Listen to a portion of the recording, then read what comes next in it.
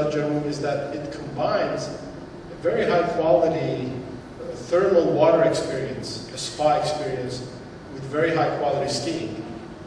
Now, there are better ski resorts in the world, say in Switzerland, in the Alps. There may be better spa resorts in the world, Baden-Baden. But Jarmuk is the only resort that combines excellent skiing, hiking, and other nature adventure kind of tourism products with very high quality thermal water spa products. And so according to an expert team that came in from Switzerland and did the master plan for us, we're going to have a huge success in Jarmuk if we can find the right investors to partner with. Already today, we're seeing some initial indications of this. We have some new hotels. The Hyatt Spa Resort is already under construction. We have a new ski lift that we've invested in, and things are picking up pace. The government is very committed to the Jarmuk project. As I said, a master plan has been developed, and there's a commitment for the government to play its role in terms of infrastructure, facilitation, partnering. For those of you who are interested, I can provide the Jarmuk master plan and put you in touch with my colleagues at the Ministry of Economy who are spearheading this project. And now at the southern end of the southern corridor, the Datev Revival Project. This will be my third and final example in tourism, and we have several more tourism initiatives that my colleague from the ADA will present to you next. The Datev is one of Armenia's most ancient and beautiful monasteries. Until recently, it was fairly inaccessible. It's in need of restoration, it's in need of better access, and it's in need of better promotion. All of which we're tackling right now in a very, very energetic project called the Datev Revival Project. We think Datev will become the magnet of the southern corridor. We've identified 8 different parts of the monastery that need to be restored. One of them we've already completed restoration on. It's become a museum which shows how flaxseed oil was produced in medieval times, and restoration on the other pieces of the project has already started. But the Datev monastery would be very interesting in and of itself. It's actually situated in an area that's of spectacular natural value and has many cultural and natural resources surrounding it and around the valley. In particular, inside the valley, there's another very important monastery. There's a natural formation called the Devil's Bridge, which is a spectacular area for hikers and adventure tourists to go into. It's also surrounded by 6 villages, each of which presents a very interesting cultural tourism potential. And the villages are now being developed so that they offer community-based tourism products to visitors, such as bed and breakfast, culinary tourism, small museums, hiking trails, etc.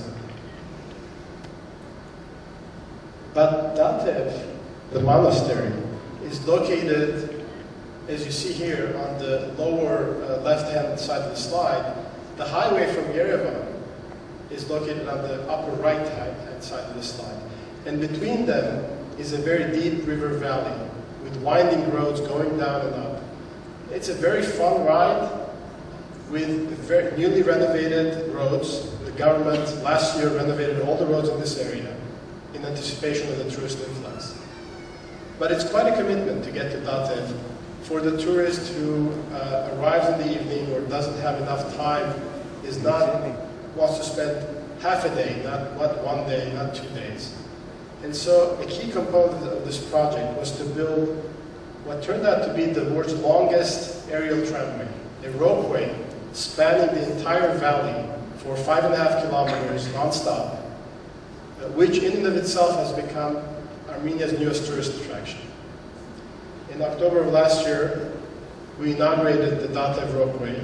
We call it the Wings of Datev.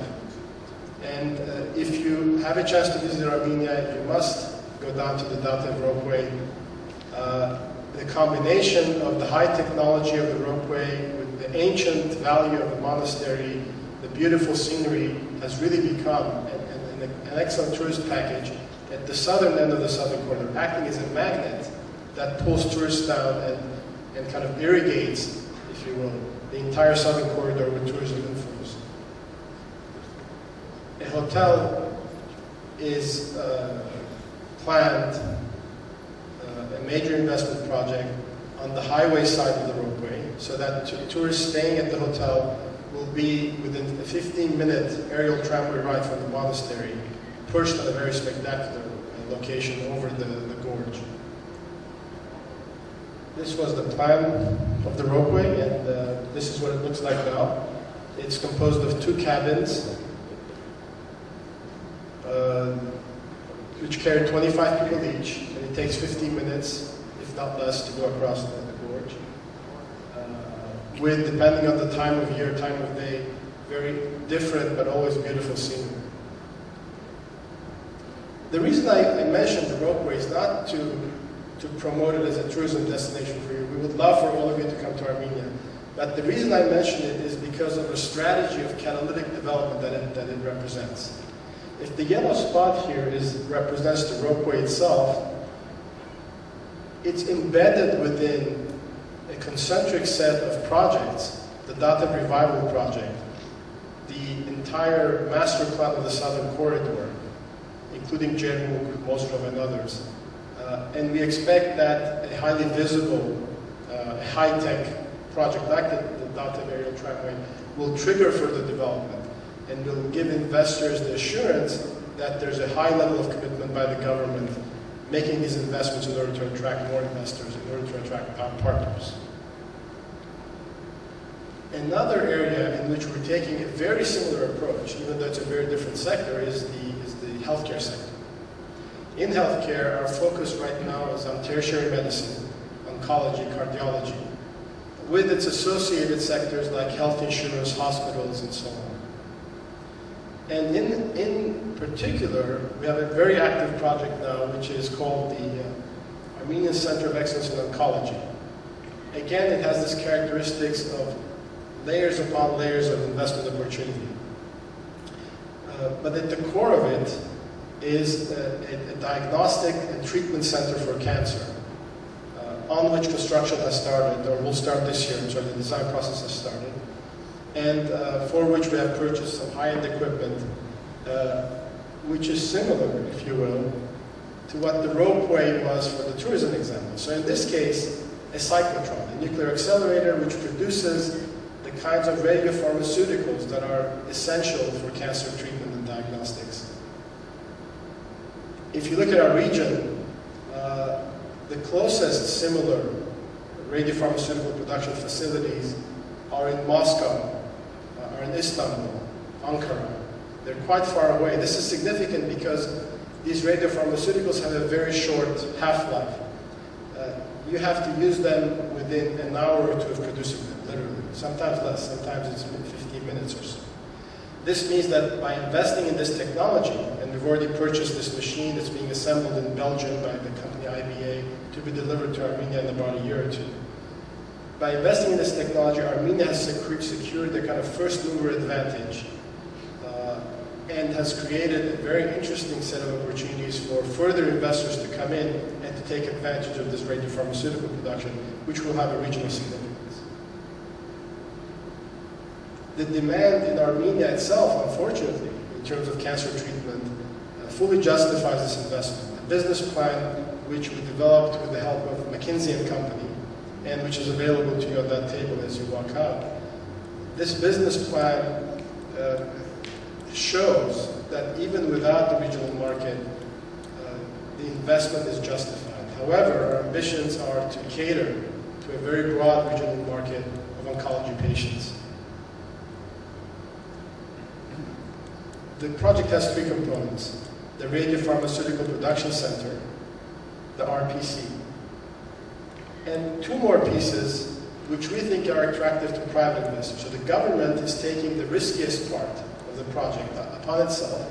And we're already, as I said, this year starting construction on the first piece.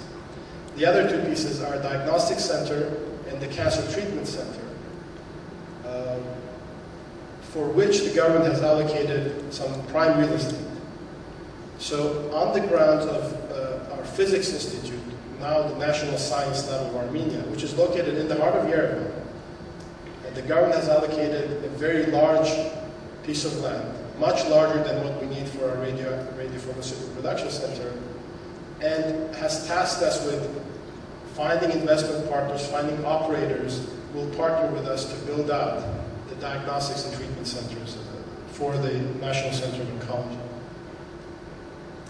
By seeding the first piece, in other words, by taking out the riskiest, the initial part of the investment, we think we've created an opportunity for investors of around 24 to 26 million euro with the additional pieces that have now become very, very interesting from a business perspective.